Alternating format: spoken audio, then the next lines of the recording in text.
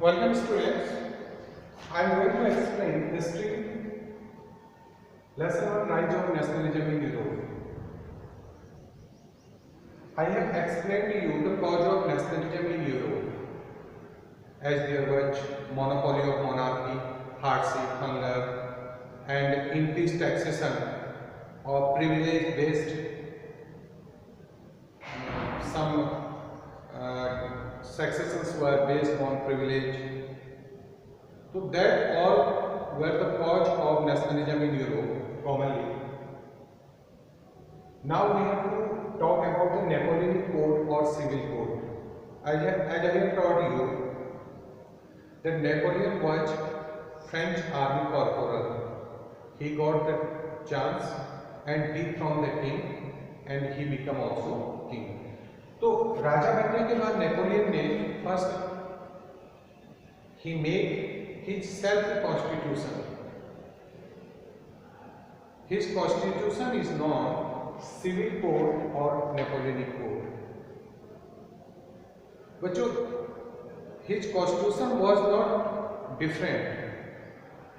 Whatever he had selected in constitution, French constitution already accepted it. जो कुछ बातें Napoleon ने अपने कॉन्स्टिट्यूशन में लिखी वो बातें फ्रेंच कॉन्स्टिट्यूशन में पहले से ही थी, थोड़ा फेरबदल किए थे. तो इनके कॉन्स्टिट्यूशन में सिविल कोड के अंदर जो मेन बातें लिखी गई वो क्या थी? First, it abolish privilege based on earth. Privilege based का मतलब है जो हमें वंशानुगत तौर पर जो अधिकार मिले हुए थे उन अधिकारों को खत्म कर दिया है. जो योग्य है वो काम करेगा, जो अयोग्य है उसमें वंशानुगत अधिकार का कोई फर्क प्रभाव नहीं पड़ेगा.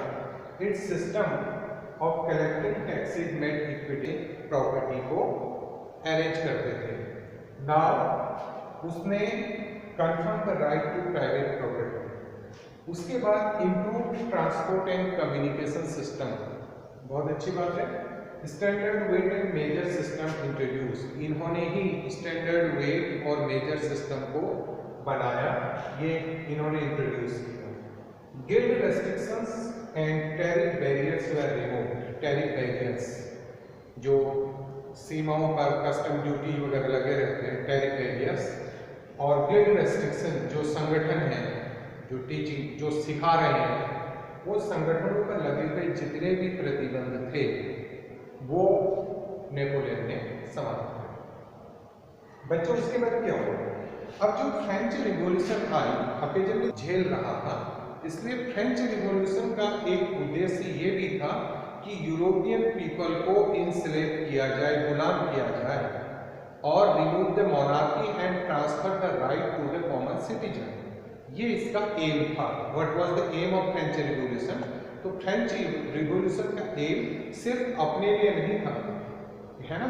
इसका जो एम था होल यूरोप के लिए था, क्योंकि जो मोनार्की की मार झेल रहा था.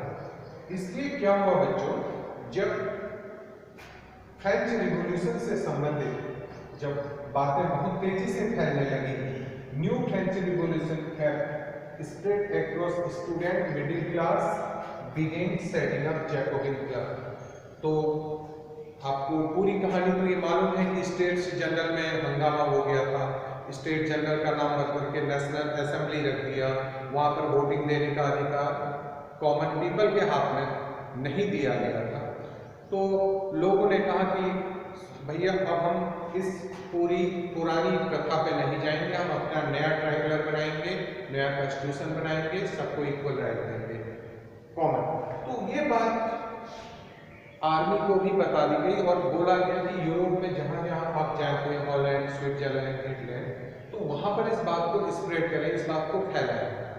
तो जब ये बात अच्छी बात तो थी कि फ्रेंच लोगों का क्या उद्देश्य है, तो उन्होंने जो दूसरी जगह ये आर्मी जब गई और फ्रेंच की इस बात को वहां पर बताया, फ्रेंच के इस एम को उन्होंने लोगों को बताया, तो अन्य यूरोप के अन्य देशों में भी लोगों ने जैकोबिन क्लब की स्थापना कर ली। जैकोबिन क्लब जहां पर लोग, पढ़े लिखे लोग और स्टूडेंट, मिडिल क्लास लोग आकर बैठते थे और फ्रेंच से संबंधित बातें किया करते थे, फ्रेंच की समस्याओं से संबंधित, उनको खत्म करने से संबंधित बातें वो वहां पर किया करते थे। तो जैकोबिन क्लब वहां पर बन गए, ठीक है। उसके बाद activity of Jacobin club prepared the way of French army which moved Holland, Belgium, Switzerland, Italy and established Rome. कुल मिला के फिर क्या हुआ, जब जैकोबिन क्लब बन गए तो आर्मी को भी उसी तरीके से ट्रेन किया गया और आर्मी जो Holland, Belgium, Switzerland and Italy गई, वहां पर उन लोगों ने अपने तरीके से अपना रूल बना ली, क्योंकि सारी जनता उनकी बातों से प्रभावित थी। And everybody, all the common peoples were in favour of army. Next एक चीज और आती है, making of nationalism in Europe.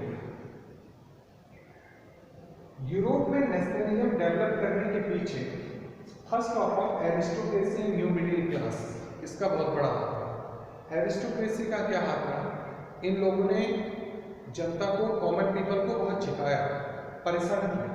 New middle class, मैंने जैसा अभी बताया था कि जैकोबिन क्लब की स्थापना की थी, तो न्यू मिडिल क्लास ने इनकी बातों को पकड़ा, इनकी कमियों को पकड़ा और दे ट्राई टू रिमूव, ठीक है। तो ये जो कमियां थी उनको हटाने की कोशिश की। ये जैकोबिन क्लब में न्यू मिडिल क्लास और स्टूडेंट भी शामिल है। आइडियोलॉजी ऑफ लिबरलिज्म, ये भी नेशनलिज्म इन यूरोप में, नेशनलिज्म सेटअप करने में आइडियोलॉजी ऑफ लिबरलिज्म का भी बहुत बड़ा हाथ है। तो लिबरलिज्म दो तरह का है यहाँ पे, एक तो पॉलिटिकल लिबरलिज्म जो पॉलिटिक्स से संबंधित है, जैसे सब लोगों को वोटिंग का अधिकार मिलना चाहिए। इकोनॉमिक लिबरलिज्म, व्यापारियों, प्राइवेट वर्कर्स या मिल मालिकों को छूट मिलनी चाहिए, ये इकोनॉमिक से रिलेटेड और ये पॉलिटिक्स से रिलेटेड लिबरलिज्म। दोनों सेक्टर में लिबरलिज्म रहा, जिसकी वजह से नेशनलिज्म यहाँ पर। न्यू कंजर्वेशन आफ्टर 1815, बच्चों एक कंजर्वेटिव, जो कंजर्वेशन तो पहले से था, तो अब एक कंजर्वेशन थोड़ा चेंज हो गया। जैसे मैं पहले कहता था कि लड़कियां घर से बाहर नहीं निकलेंगी, दिस वॉज ओल्ड कंजर्वेशन, अब थोड़ा सा चेंज हो गया। उसने कहा नहीं निकलेंगे तो सही, लेकिन सिर्फ स्कूल जाएंगे और वापस आएंगे। ये एक थोड़ा सा करेक्शन हो गया। जो restrictions which were imposed on the girls that she will not come out, now this has been changed a little, that she will come, she will go to school but she will not go anywhere। इतना ही जो थोड़ा सा improvement हुआ, new conservation after 1815, थोड़ी सोच बदली, ये मानिए। उसके बाद जब ये बातें चल रही थी तो इसके लिए whatever they were thinking, they need to lead the way, उसके लिए रिवोल्यूशनरीज की जरूरत थी। तो रिवोल्यूशनरीज इस सेक्टर में आए, इस फील्ड में आए और उन्होंने नेशनलिज्म को बहुत ज़्यादा प्रभावित किया और आगे लीड किया। उसके बाद the romantic imagination and national feeling, बहुत सारी बातों भी देश में, देश के प्रति नेशनल फीलिंग पैदा करने के लिए अच्छी अच्छी इमेजिनेशन, देश के प्रति तिरंगा झंडा और देश इतिहास से संबंधित कुछ बातें लोगों के सामने रखी गई। फॉकटेल्स को रखा गया, नेशनल सॉन्ग, पैट्रियटिक सॉन्ग, इस टाइप के सॉन्ग बनाए गए ताकि लोगों का रुझान जो है इनकी वजह से देश के प्रति प्यार में उमड़ गए, ठीक है। और लास्ट में एक चीज है, hunger, hardship and popular revolt. तो ये हंगर तो थी, आपको यू नो, हार्डशिप्स तो कॉमन था, there was no problem, and popular revolt, ये बहुत सारी जो रिवोल्ट हुए थे एक टाइम, ये इतने ज़्यादा एक्टिव हो गए, इतने ज़्यादा एक्टिव हो गए कि लोगों के दिमाग में जो ओल्ड मोनार्की थी उससे नफरत हो गई और they begin to develop the feeling of nationalism. Okay, thank you.